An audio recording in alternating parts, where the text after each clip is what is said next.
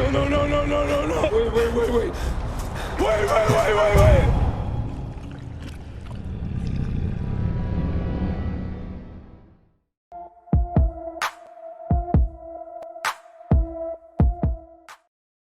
Hey, what's going on, everybody? Welcome to the channel. Did that intro just fill your heart full of nostalgia? Well, good, because we are taking a trip down memory lane today. I want to reflect on the early days of Call of Duty Zombies, the early days or the glory days, whatever you want to call them. You know, back when Zombies was a simple yet very challenging and fun game mode. Zombies played a critical role in helping Call of Duty make its way to the top spot for multiplayer shooters. And let's start at the very beginning, Call of Duty World at War, the birthplace for the mode. World at War is a very special game for me, not just for zombies, but it's also the first multiplayer game I played. I remember like it was yesterday when I was rushing to set up my Xbox Live account so I could hop on the game. I'm a World War II history buff and I love World War II games, so this was the perfect game for me. And it actually is still my favorite Call of Duty game to this day. And that was such a cool, unexpected moment when the Zombies intro video started, right after the end credits for the campaign, because technically, nobody ever knew about this mode. It wasn't promoted, the information wasn't released to the public. And World at War was cool because you were able to play the campaign and Zombies cooperatively via online or split screen. You could play the mode by yourself or up to 4 players. Doesn't matter how many people you played with, it was always challenging.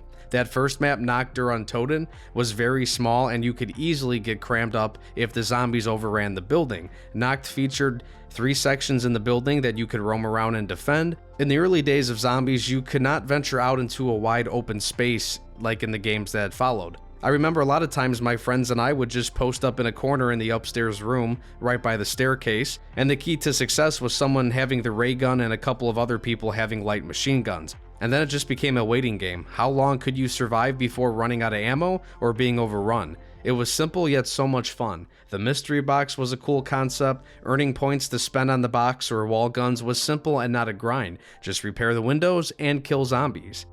Now kids, back in those days, live service was in the form of map packs. Each map pack would contain 4 maps, 3 multiplayer and 1 for zombies. Honestly, all 4 of the zombie maps that came out in World at War were pretty awesome. They each improved upon the last, and the maps would get a little bit bigger and add a few more features each time. The first map to come out in a pack was Verrückt.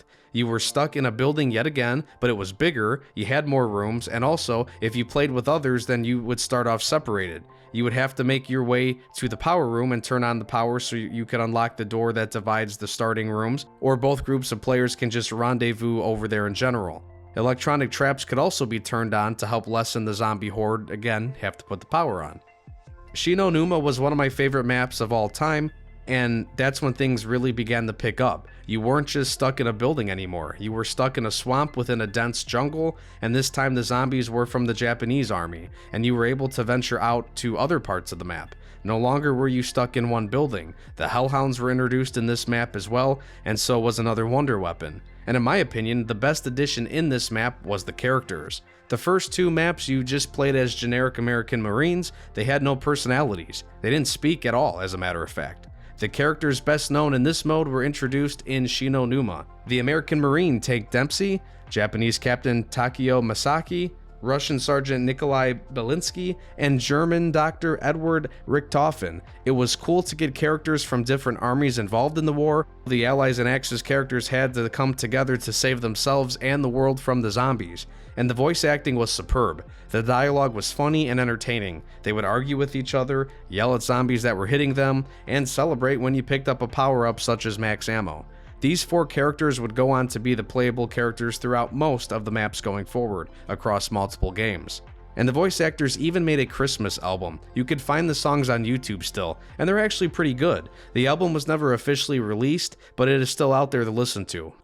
So Zombies was a huge success in World at War, so they would eventually make a return in Treyarch's next game, Black Ops 1. A total of 7 zombie maps would be featured in that game, and the developers were very creative. The map 5, for example, featured you playing in the Pentagon as either JFK, Robert McNamara, Richard Nixon, or Fidel Castro. Then you had Dead Ops Arcade, which turned zombies into a twin-stick top-down shooter. It was like playing a game at the arcade. And another map was called Moon, and yeah, you fought zombies on the moon. I think the most memorable map that came in Black Ops 1 was Call of the Dead. This map featured a well-known list of voice actors for the characters you play as: Danny Trejo, Sarah Michelle Gellar, Robert Englund, and Michael Roker. George Romero is also in the game. He is actually a special enemy in the game that is almost unkillable. He will literally chase you around the entire game. He was kind of a pain in the ass, but still a pretty cool concept. So then Black Ops 2 is when I started to lose interest in zombies. It's not that it was bad or anything, but it was getting too big and too complex for me personally. I wasn't interested in doing quests and the Easter eggs and all these other things they put in there, and if I did, it was because my friends wanted to and they knew how to complete them.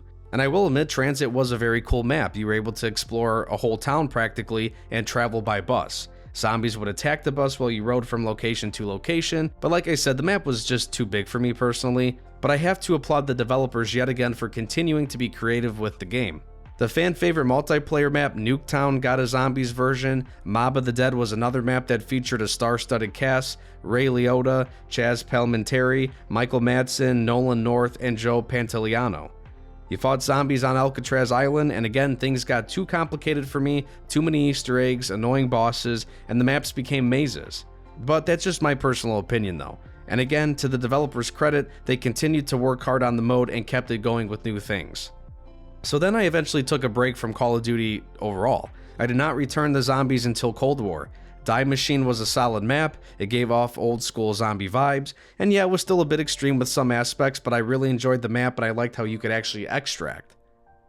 Sadly, it did not keep my interest for long, and the zombie mode in Vanguard is absolutely ridiculous. It was way too over the top, and to me it just wasn't zombies anymore. It's demonic creatures, undead Nazi machine gunners, and a side of zombies. And like most games I grew up with, I guess it's just a sign of the times. New generations of developers come in, and there's new players, so things changing does make sense. It's the cycle of life.